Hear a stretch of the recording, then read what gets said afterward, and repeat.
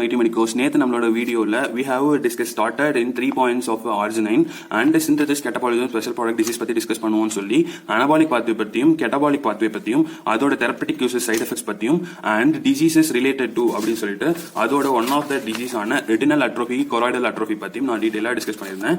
அதுக்கப்புறம் என்ன பண்ணேன் அப்படின்னா what are the special products of arginine அப்படிங்கிறதுல இந்த நைட்ரிக் ஆக்சைடு பத்தியும் கிரியாட்டின் பாஸ்பேட் கிரியாட்டினின் பத்தியும் பாலியமின்ஸ் பத்தியும் டீடைலா இன்னொரு வீடியோல டிஸ்கஸ் பண்றேன்னு சொல்லியிருந்தேன். ஏன் ப்ரோலின் பத்தி ஏன் டிஸ்கஸ் பண்ணல அப்படின்னா we have ஏற்கனவே நம்ம ப்ரோலின் பத்தி டீடைலா ப்ரோலின் மெட்டபாலிசம் அப்படிங்கிற வீடியோல டிஸ்கஸ் பண்ணிட்டோம்.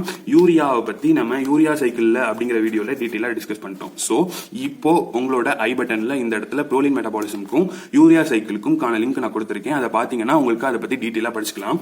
குளுட்டமேட்ல இருந்து குளுக்கோஸ் மெட்டபாலிசம் பத்தி நம்ம தனியா கார்போஹைட்ரேட் பத்தி பேசும்போது அதை பத்தி பேசிக்கலாம். இன்னைக்கு நம்மளோட வீடியோல ஃபர்ஸ்ட் கிரியாட்டின் பாஸ்பேட் கிரியாட்டினின் பத்தி பார்த்துட்டு டீடைலா நைட்ரிக் ஆக்சைடு பத்தியும் பாலியமின்ஸ் பத்தியும் பார்க்கலாம். So let us go into the creatine. இந்த ஈக்குவேஷனை நீங்க ஆர்ஜினைன் பத்தி क्वेश्चन கேட்டாலும் யூஸ் பண்ணலாம், அண்ட் கிளைசின் பத்தி क्वेश्चन கேட்டாலும் யூஸ் பண்ணலாம், ஆர்னிதைன் பத்தி கேட்டாலும் யூஸ் பண்ணலாம், மித்தியோனைன் பத்தி கேட்டாலும் யூஸ் பண்ணலாம். ஏன்னா இந்த 4 அமினோ ஆசிடுமே helps in the production of creatine. SAM அப்படிங்கிறது is nothing but activated form of methionine. மித்தியோனைனோட ஆக்டிவேட்டட் ஃபார்ம் தான் சாம் அப்படின்னு சொல்லிட்டு சொல்லுவோம். எப்படி இந்த ஆக்டிவேஷன் நடந்துச்சு அப்படிங்கறத மித்தியோனைன் மெட்டபாலிசம் அப்படிங்கிற வீடியோல இல்லனா சல்ஃபர் கண்டெய்னிங் அமினோ ஆசிட் அப்படின்னு சொல்லிட்டு நம்மளோட சேனல்ல நம்ம அப்லோட் பண்ணிருப்போம். அதுல பாருங்க டீடைலா புரியும். இன்னைக்கு எல்லாமே ஏற்கனவே டிஸ்கஸ் பண்ணதுனால கன்சர்ன்ட் டு ஆர்ஜினைன் பத்தி மட்டும் நம்ம இன்னைக்கு டீல் பண்ணலாம். கிளைசினுக்கும் கிளைசின் மெட்டபாலிசம் அப்படின்னு சொல்லிட்டு தனியா ஒரு வீடியோ நம்ம சேனல்ல இருக்கும். சோ எல்லாமே ஏற்கனவே நம்ம டீடைலா டிஸ்கஸ் பண்ணிருக்கோம். இன்னைக்கு ஒன்லி அபவுட் ஆர்ஜினைன் பத்தி மட்டும் டிஸ்கஸ் பண்ணலாம். ஆர்ஜினைன்ல குவானிடோ அசிட்டேட் அப்படின்னு சொல்லிட்டு ஒரு குரூப் இருக்கு. அது வெளியே வந்தது தனியா குவானிடோ அசிட்டேட்டா. மீதி இருக்க சப்ஸ்டன்ஸ் ஆஃப் ஆர்ஜினைனும் கிளைசினும் சேர்ந்து ஆர்னிதைன் ப்ரொடியூஸ் பண்ணுது. This is how guanido acetate and ornithine is produced. இதுக்கு என்ன என்சைம் ஹெல்ப் பண்ணுது அப்படின்னு சொல்லிட்டு பாத்தீங்கன்னா கிளைசின் ஆர்ஜினைன் அமிடோ டிரான்ஸ்பரேஸ் அப்படிங்கிற என்சைம் ஹெல்ப் பண்ணுது. இந்த என்சைம் கிட்னில மட்டும் தான் இருக்கும். அதனால இந்த ப்ராசஸ் கிட்னில மட்டும் தான் நடக்கும். இதனால தான் என்ன ஆகுது அப்படின்னு சொல்லிட்டு பாத்தீங்கன்னா கிட்னில ஏதோ பிரச்சனை அப்படின்னா நம்ம கிரியாட்டினோட ரேஷியோ நம்மளால பார்க்க முடியுது.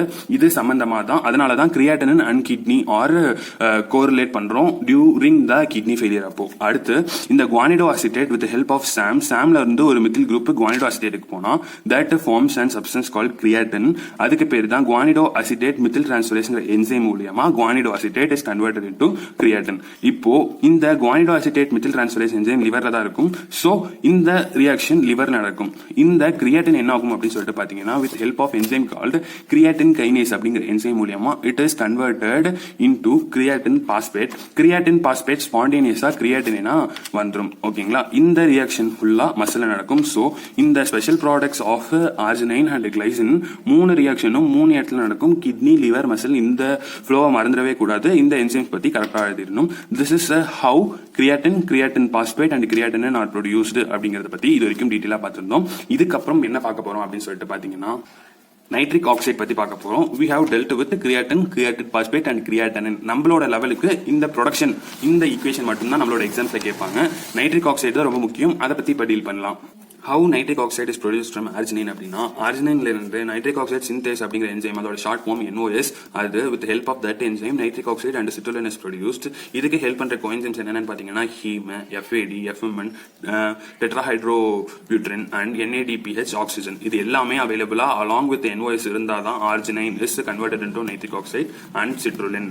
அதுக்கப்புறம் இந்த nitric oxideோட ஃபேட் என்ன அப்படின்னு சொல்லிட்டு பாத்தீங்கன்னா nitric oxide ஆக்சிஜனேட் ஆனிச்சு அப்படின்னா nitric oxide என்ன ஆகும் அப்படின்னா எக்ஸ்கிரீட் யூரின்ல இல்ல அப்படின்னா நைட்ரிக் ஆக்சைடாவே கேஸ் நம்ம எக்ஸ்பயர் பண்ற ஏர்ல லங்கு மூலியமா நம்ம வெளியே அனுப்பிடலாம். இல்லைன்னா சம்டைம்ஸ் சூப்பர் ஆக்சைடு அப்படிங்கிற ஒரு ஃப்ரீ ரேடிக்கல் இருக்கு நம்ம பாடியில O2 ஆக்சைடு.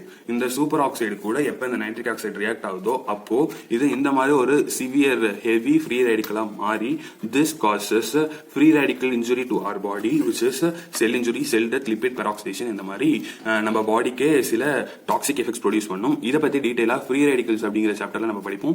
அப்போ இதை பத்தி டீடைலா டிஸ்கஸ் பண்ணலாம். இப்போதைக்கு இட் ஹாஸ் நைட்ரிக் ஆக்சைடு எப்போ இந்த மாதிரி ஃபார்முக்கு மாறுதோ it has the toxic effect in our body அப்படிங்கறத தெரிஞ்சுக்கோங்க. கெட்டபாலிசம் எப்படி நம்ம பாடியை விட்டு வெளியேற்றலாம் அப்படின்னா நைட்ரைட்டா யூரின்லயும் நைட்ரிக் ஆக்சைடாவே கேஸ்ல லங்கு மூலியமாவும் வெளியேற்றலாம் அப்படிங்கறத தெரிஞ்சுக்கோங்க.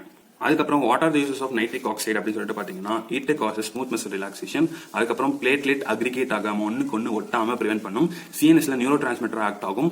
பாக்டீரியோசிடல் ஏஜென்டா ஆக்ட் பண்ணும். இது இன்ஃபெக்ஷன் பாக்டீரியாவை கொண்டு இன்ஃபெக்ஷன் வராம இம்யூனிட்டியை ப்ரொவைட் பண்ணும். அதனாலதான் அர்ஜினினோட யூசஸ் ப்ரீவியஸ் வீடியோல we have told it provides immunity அப்படின்னு சொல்லிட்டு சொல்லியிருப்போம். அதுக்கப்புறம் it has free radical produce பண்ற எல்லா டாக்ஸிக் எஃபெக்டையும் இது நம்ம பாடி மேல ப்ரொடியூஸ் பண்ணும். this is all about uses of nitric ஆக்சைடோட யூசஸ். இதுக்கப்புறம் என்ன பார்க்க போறோம் அப்படின்னு சொல்லிட்டு பாத்தீங்கன்னா நம்மளோட என்சைம் இருக்கு பாத்தீங்களா, இந்த நைட்ரிக் ஆக்சைடு சிந்தேஸ். இதை தான் நான் என்ன சொல்லியிருந்தேன் அப்படின்னா ஷார்ட் ஃபார்ம்ல NOS சொல்லலாம் சொல்லியிருந்தேன் பாத்தீங்களா. இதுக்கு ஒரு 3 ஐசோமெரிக் ஃபார்ம்ஸ் இருக்கு. அது என்னென்ன அப்படின்னு சொல்லிட்டு பாத்தீங்கன்னா NOS1, NOS2, NOS3 அப்படின்னு சொல்லிட்டு 3 ஃபார்ம்ஸ் இருக்கு. இது NOS1 அப்படிங்கிறது எங்க இருக்கும் அப்படின்னா நியூரான்ஸ்ல இருக்கும். இந்த நியூரான்ஸ்ல என்ன பண்ணும் அப்படின்னு சொல்லிட்டு பாத்தீங்கன்னா நியூரான்ஸ் அப்படின்னா சிஎன்எஸ்லயும் இருக்கும், பிஎன்எஸ்லயும் இருக்கும், செரிபெல்லம்லயும் இருக்கும். ஜிஐடில we have plexus, கரெக்டா நர்வ் பிளக்ஸஸ் இருக்கு. அந்த நர்வ் பிளக்ஸஸ்லயும் இருக்கும் இந்த NOS. அந்த இடத்துல இருக்க NOS1 என்ன ப்ரொடியூஸ் பண்ணும் அப்படின்னு சொல்லிட்டு பாத்தீங்கன்னா ஆர்ஜினைனை நைட்ரிக் ஆக்சைடா கன்வெர்ட் பண்ணி அந்த இடத்துல ஆக்ஷன் காஸ் பண்ணும். அதை பத்தி இந்த வீடியோல லேட்டரா நம்ம டிஸ்கஸ் பண்ணலாம். ஓகேங்களா, இப்போதைக்கு இந்த 3 என்சைம்ஸும் எந்தெந்த இடத்துல இருக்கும், அது எப்படி ஆக்டிவேட் ஆகும், எந்த குரோமோசோம், இது எல்லாமே இம்பார்ட்டன்ட் பிஜி கொஸ்டின் இப்பயே படிச்சுக்கோங்க. சோ NOS அதுல 3 ஃபார்ம்ஸ். NOS1 அது எங்க இருக்குன்னா நியூரான்ஸ்ல இருக்கும். எந்தெந்த நியூரான்ஸ்னா CNS, PNS, cerebellum, GIT. This is also these neurons are also called as nitrogenous neurons. இந்த என்சைம் ஆக்டிவேட் பண்றது கால்சியம். இந்த கால்சியம் போய் இந்த என்சைம் ஆக்டிவேட் பண்ணி ஆர்ஜினைன்ல இருந்து நைட்ரிக் ஆக்சைடை ப்ரொடியூஸ் பண்ணும். இந்த என்சைம்க்கு எந்த ஜீன் எந்த குரோமோசோம்னா குரோமோசோம் 12ல இருக்கும். அப்போ குரோமோசோம் 12ல ஏதோ ஒரு பிரச்சனைனா இந்த என்சைம் ஒர்க் ஆகாது. அந்த இடத்துல அப்போ நைட்ரிக் ஆக்சைடு ப்ரொடியூஸ் ஆகாது. அங்க இருந்து அந்த நைட்ரிக் ஆக்சைடு பண்ண வேண்டிய வேலை எல்லாம் அதால பண்ண முடியாது. இப்படிதான் நம்ம இந்த விஷயத்தை கோரிலேட் பண்ணணும். அடுத்து NOS2 அப்படின்னு சொல்லிட்டு பாத்தீங்கன்னா அதுக்கு இன்னொரு பேரு INOS. இதுக்கு NOS1க்கு NNOS இன்னொரு பேரு. அதே மாதிரி NOS2க்கு INOS அப்படின்னு சொல்லிட்டு பேரு. These are also called as inducible NOS or macrophage NOS. இது எங்க இருக்கும் அப்படின்னு சொல்லிட்டு பாத்தீங்கன்னா மேக்ரோபேஜஸ்ல, நியூட்ரோபில்ஸ்ல, ஹெப்படோசைட்ஸ்ல இந்த மாதிரி இம்யூனிட்டி ப்ரொவைட் பண்ற இடத்துல இருக்கும். ஏன் ஹெப்படோசைட்ல இருக்கும் அப்படின்னா லிவர் தான் நம்ம பாடியில இருக்க டாக்ஸிசிட்டி எல்லாத்தையும் வந்துட்டு அழிக்கும். அப்போ அந்த இடத்துல இருந்தாதான் with help of nitric oxide அங்க இருக்க இன்ஃபெக்ஷனை நம்மளால அழிக்க முடியும். இதை ஆக்டிவேட் பண்றது அப்படின்னு சொல்லிட்டு பாத்தீங்க அப்படின்னா IL-1, TNF which are called as cytokine. இது ரெண்டும் சைட்டோகைன்ஸ் தான் இதை ஆக்டிவேட் பண்ணுது. இன்ஃப்ளமேட்டரி ப்ராசஸ் நடந்தா அந்த இடத்துலயும் இந்த என்சைம் ஆக்டிவேட் ஆயிடும்.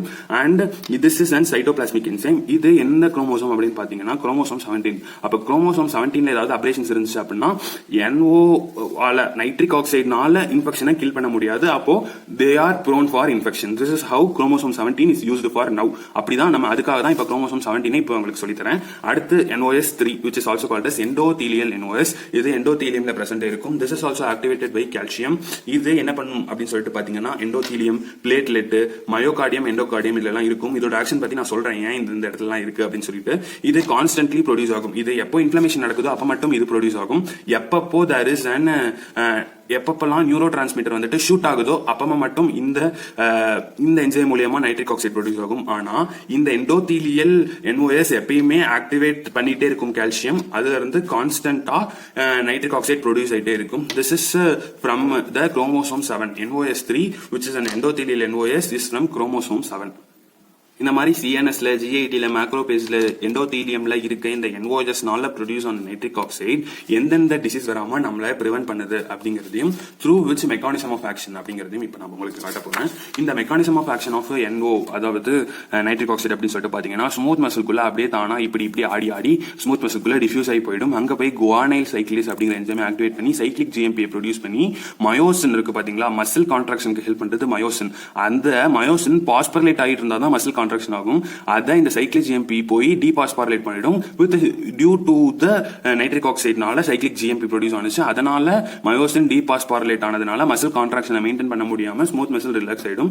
That results in the vasodilation.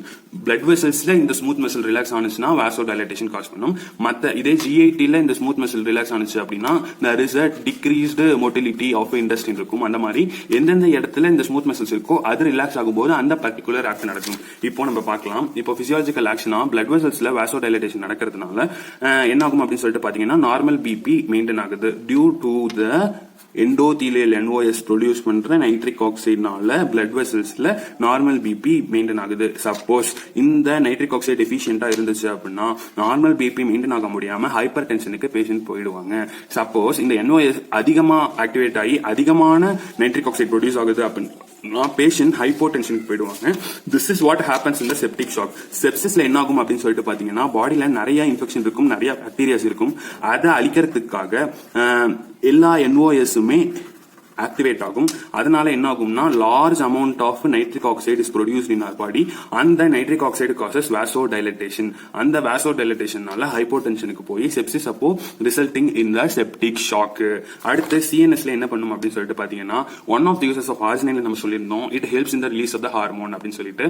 எப்படி அப்படின்னு சொல்லிட்டு பாத்தீங்கன்னா இந்த நியூரோனல் NOS என்ன பண்ணும் அப்படின்னா it stimulates the releasing hormone such as corticosteroid releasing hormone, growth hormone releasing hormone and LHRH luteinizing hormone releasing hormone இதெல்லாம் ரிலீஸ் பண்றதுக்கு இந்த நைட்ரிக் ஆக்சைடு ஹெல்ப் பண்ணும்.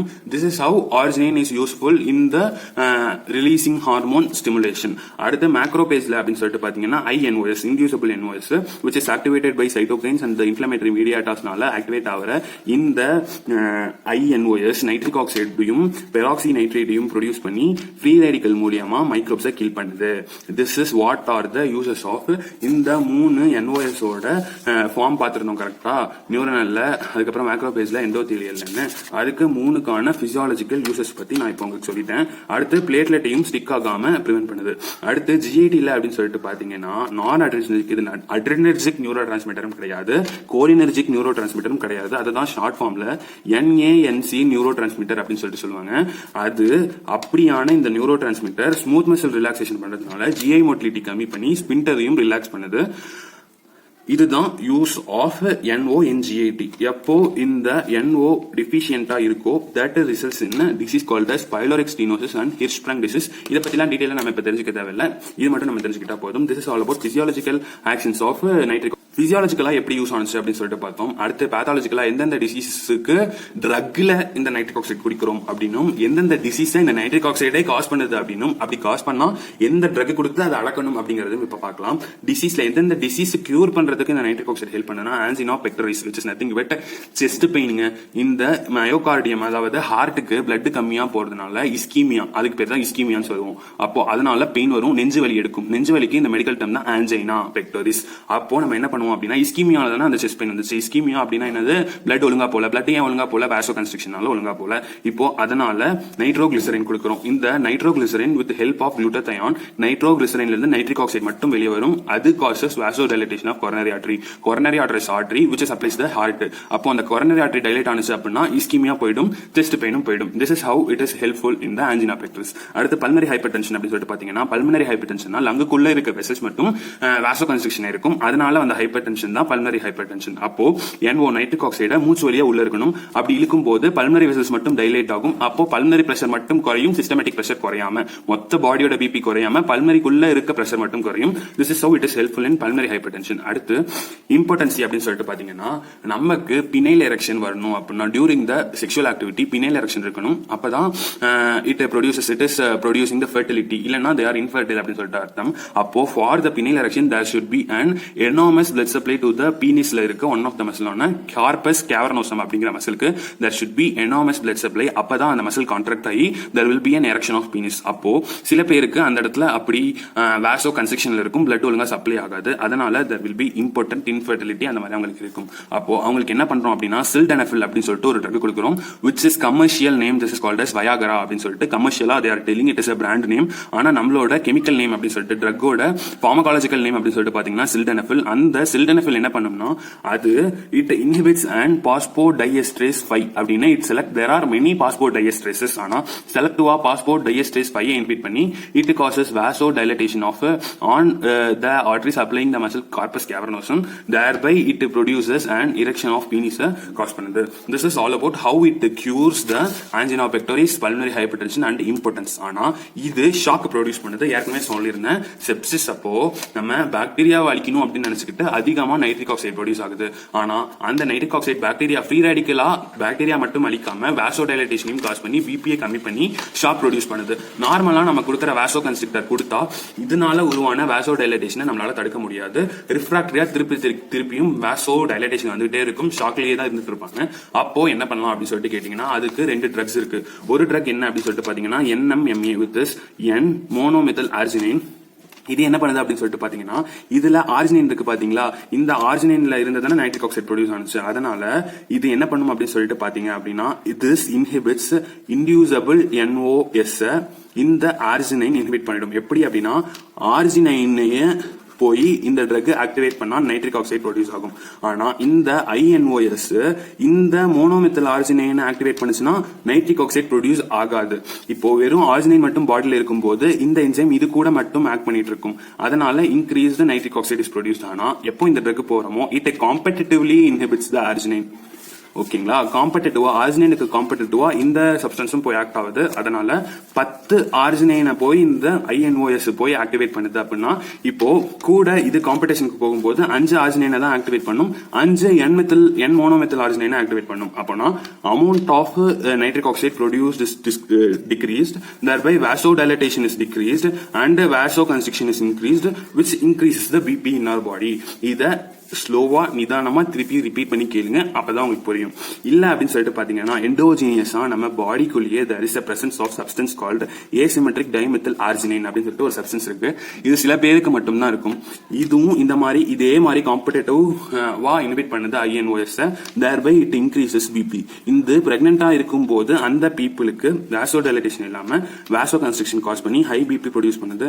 அதனால it produces pre-eclampsia and eclampsia in the pregnancy. This is all about the detailed lecture on the nitric oxide பத்தி. என்னால எவ்வளவு டீடைலா எடுக்க முடியுமோ அவ்வளவு டீடைலா I have dealt with all the uses of nitric oxide, physiological action, pathological and disease எப்படி cure பண்ணுது அப்படிங்கிற வரைக்கும் எல்லாத்தையும் நான் டீடைலா எடுத்து முடிச்சிட்டேன். அடுத்த வீடியோல we are going to deal about the polyamines பத்தி டீல் பண்ணலாம். அது வரைக்கும் நம்ம சேனல் லைக் பண்ணி ஷேர் பண்ணி சப்ஸ்கிரைப் பண்ணுங்க, காமெண்ட் பண்ணுங்க. தேங்க்யூ.